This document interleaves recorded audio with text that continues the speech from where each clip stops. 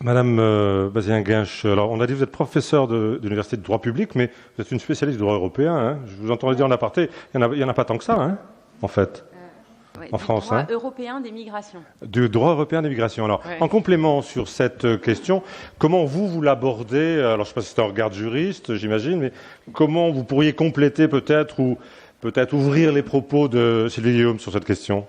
Euh, bah, je suis très rassurée de voir qu'un parlementaire européen qui a travaillé sur le dossier rejoint les réserves et les inquiétudes de l'universitaire. On se dit que bon, voilà, on n'est pas universitaire seulement comme des professeurs tournesols sans ancrage avec le réel de la procédure et du quotidien des institutions.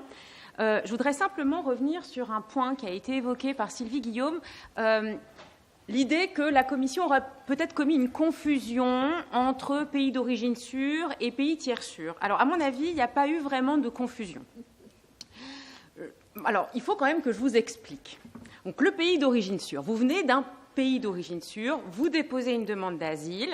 Votre demande d'asile va être étudiée selon une procédure accélérée.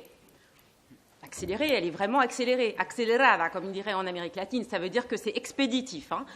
Donc, les garanties d'une procédure qui prennent vraiment en compte les éléments individuels du récit migratoire laissent certainement à désirer.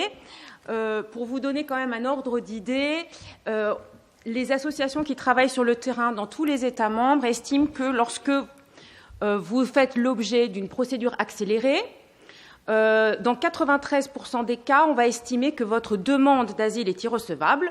Conséquence, vous n'aurez pas d'asile, donc vous ferez l'objet d'une mesure de retour. Donc 93% de rejet, quand même, ça veut dire.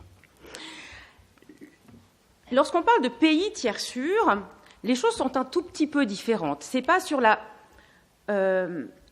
procédure à appliquer que ça va jouer, mais sur la recevabilité de votre demande. C'est-à-dire que lorsque vous allez déposer une demande d'asile, vous venez d'un pays tiers sûr, on va vous dire « Ah ben non, votre demande, elle n'est pas recevable.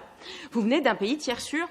Ce n'est pas votre pays d'origine, c'est un pays par lequel vous avez transité. Il est sûr, mais pourquoi vous n'y restez pas ?»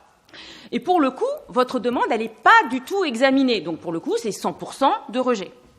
Or, on s'est aperçu, en tant qu'universitaire, qu'il y avait un certain glissement pratiqué par les États de par le monde. Une fois que les États sont considérés comme des pays d'origine sûre, des POS, petit à petit, ils commencent à être considérés comme des PTS, des pays tiers sûrs. Et finalement, on passe d'une procédure qui est très longue, trop longue, à une procédure accélérée qui est trop rapide, à pas de procédure du tout. Donc, alors, peut-être suis-je un petit peu retors dans mon esprit, mais je crains fort que l'idée de faire cette liste de pays d'origine sûre, en incluant bizarrement la Turquie, et pour objectif de faire reconnaître la Turquie comme un pays tiers sûr, ce qui vient d'être le cas dans les conclusions au niveau grec de l'accord UE-Turquie qui a été passé le 18 mars. Voilà. C'est-à-dire que la confusion peut être entretenue pour faire passer des choses qui sont inacceptables. Pour le coup, par contre, j'essaie de revenir 30 secondes, puis on passera la parole à Jean-François Ploquin. Le concept, l'idée même, c'est-à-dire finalement d'action collective au niveau de l'Europe et de s'accorder peut-être avec beaucoup plus de finesse, de précision et de temps, hein, j'entends bien, sur cette notion de pays d'origine sûre, c'est une manière de prendre en compte de la nécessité de prendre en compte la question des flux migratoires. Il faut quand même les prendre en compte, ces flux. Oui, c'est pour vous. Alors, moi, je suis très embêtée avec l'idée même des pays d'origine sûre. Parce D'accord. que les demandes d'asile doivent être traitées de manière individuelle. Lorsque vous déclarez qu'un État est un pays d'origine sûre, vous faites une présomption de non-fondement de la demande d'asile, et de manière globale, qui ne tient pas compte des cas individuels. Alors oui, c'est étudié, mais dans des procédures accélérées qui aboutissent dans 93% à des rejets. J'ai tendance à penser que les listes de pays d'origine sûre au niveau national ont tendance à être composées de pays d'où viennent des demandeurs d'asile. C'est-à-dire que d'un seul coup, il y a des Albanais qui demandent l'asile. D'un seul coup, pof, l'Albanie devient dans la liste des pays d'origine sûre.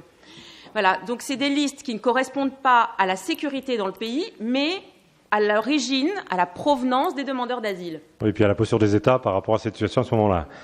Juste un petit complément, et puis on demande à Jean-François peut-être de nous donner son regard aussi. C'est un complément, c'est une connivence, parce que moi, je dois être un peu schizophrène, mais je m'occupe aussi de ce dossier sur la liste européenne, en partant d'un point de vue qui est assez similaire à celui qui vient d'être mentionné, c'est-à-dire que a priori, je ne suis absolument pas convaincue que le concept d'origine sûre soit valide. C'est-à-dire que un pays d'origine sûre peut l'être a priori. Il le sera à 99,99. Mais je ne peux pas, moi, présumer qu'il le sera à coup sûr. Et forcément. Donc je pars de ce principe-là. Mais ce qui m'a intéressé là-dedans, c'était effectivement de travailler sur l'harmonisation, le pouvoir harmonisateur. Parce que c'est vrai qu'on peut aussi assimiler ce concept à une façon de gérer des stocks, gérer des flux. C'est-à-dire dire à un moment donné, trop de Kosovars arrivent. On pourrait dire que le Kosovo est vraiment un pays sûr.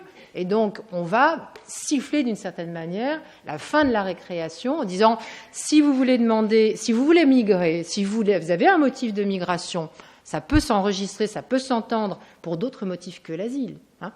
L'autre versant étant que l'abus, entre guillemets, je mets beaucoup de guillemets, mais parce que je pense qu'il faut être précautionneux avec les concepts, l'abus d'asile fait aussi que l'embolisation fait perdre un peu la nature et la fluidité du concept pour ceux qui ont vraiment besoin d'asile. Donc, c'est une donnée sensible sur laquelle il faut effectivement beaucoup bosser.